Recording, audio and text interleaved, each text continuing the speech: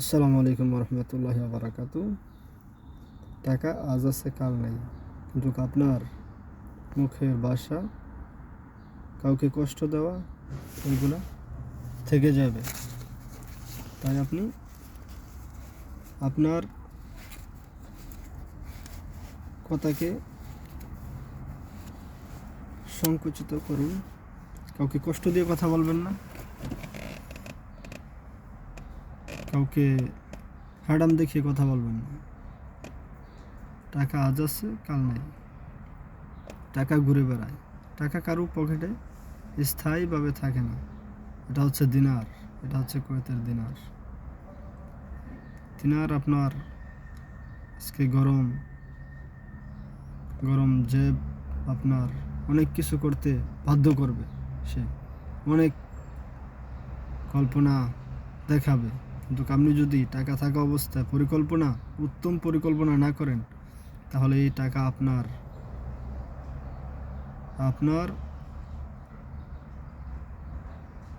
বিষে পরিণত হবে অথবা তীরে পরিণত হবে।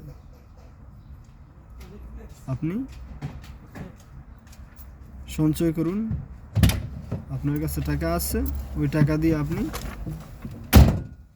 স্বর্ণ কিনে রাখতে পারেন, যেন আপনার ভবিষ্যতে কাজে আসে। স্বর্ণ একমাত্র হচ্ছে দিনার, যেটা কিনা আপনার মূল্য কমে না, এটার মূল্য প্রতিনিয়ত বাড়ে। কুয়েতে আমি 10 টাকা 2018 দিকে 10 টাকা 10.5 টাকা গ্রাম কিনছি।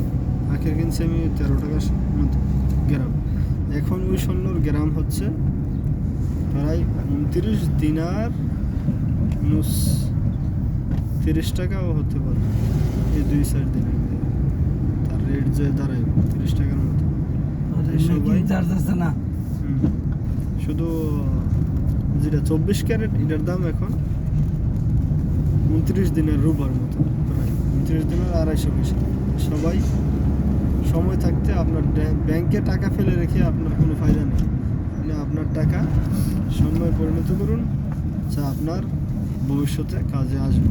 না হলে আপনি ব্যবসা প্ল্যান করুন। একটা মানুষকে, যে গরিব ফ্যামিলি থাকে, একটা গরু কিনে দিন, গাভিন গরু কিনে দিন। এটার থেকে সে দুধ দোয়াবে, বাচ্চা হলে দুধ দোয়াবে। বাস, আপনি একটা প্রফিট পাইলেন। সে কিছুদিন খরচ করে লালন পালন করে সেও একটা উপকৃত হল।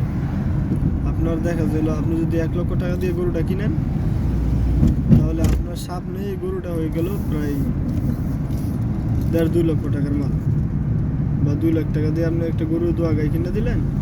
এই গরুটা আপনি দুধ শেষ হয়ে গেলে এই গরুটার দাম প্রায় 2.5 লাখ-3 লাখ টাকা হয়ে যাবে। কারণ এটা গাইডে আবার গাভিন হয়ে যাব, আর টাকাটাও মশলা দিলে বাছরটাও বড় হয়ে যাবে। তাহলে আপনার পুঁজিটা হয়ে যাবে 2 লাখ টাকার পুঁজি হয়ে যাবে 3 লাখ টাকা। মাশাআল্লাহ।